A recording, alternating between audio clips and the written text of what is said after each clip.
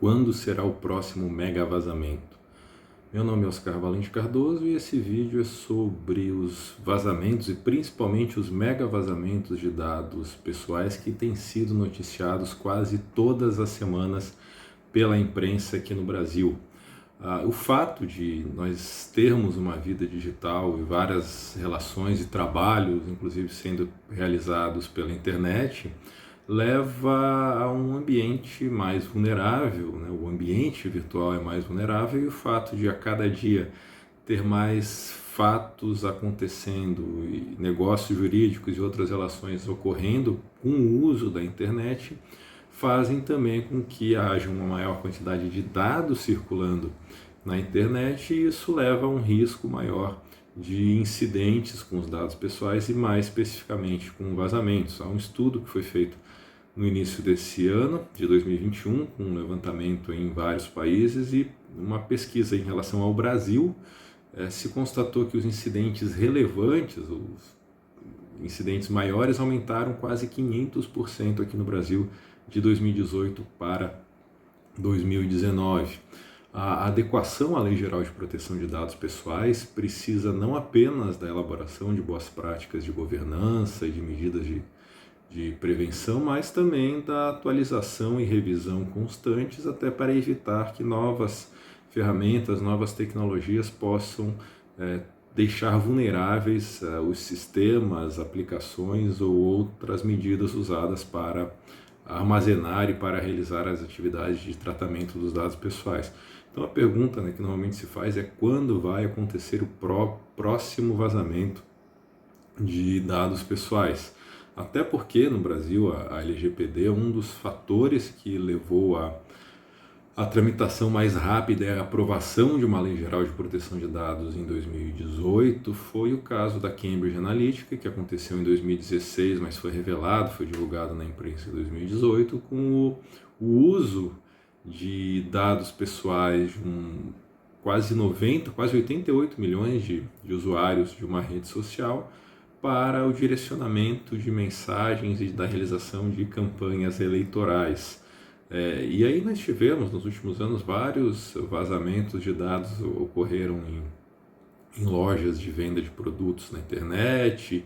em bancos digitais, em aplicativos e redes sociais. E no começo de 2021, agora nesses primeiros meses do ano, foram noticiados 2 mega vazamentos no país. O primeiro foi divulgado em janeiro com um vazamento de dados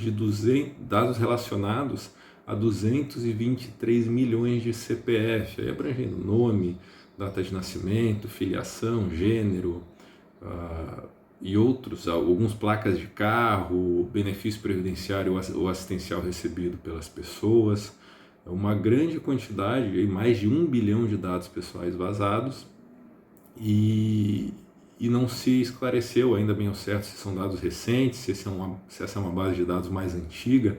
que estava sendo comercializada na internet e o porquê de que há esse banco de dados com uma quantidade inclusive maior do que a população brasileira atual, porque envolve dados de pessoas vivas e já falecidas, que foi colocado à venda na internet no começo desse ano. E agora em março de 2021, também uma base de dados da mesma forma, com aproximadamente 223 ou mais de 223 milhões de pessoas, foi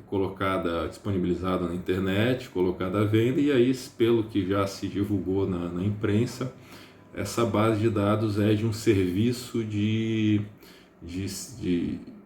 um serviço público de emissão de documento agilizada do Estado de São Paulo. E aí se faz aquela pergunta, considerando o princípio da necessidade que está previsto no artigo 6º da LGPD, ou da minimização dos dados, qual a necessidade de um Estado ter uma base de dados nacional para a prestação de um serviço estadual, em regra para pessoas que são domiciliadas ou pelo menos residentes naquele Estado? Haveria necessidade disso? Nós tivemos há 2 anos, em 2019, também um vazamento de dados do Detran do Rio Grande do Norte, com aproximadamente 70 milhões de dados, 70 milhões de CNHs, né, que foram vazados, ou seja, o Detran estadual também tem uma base de dados nacional. Qual a necessidade disso? Não seria melhor haver uma comunicação, um tipo de consulta mais agilizada ou célere para fazer essa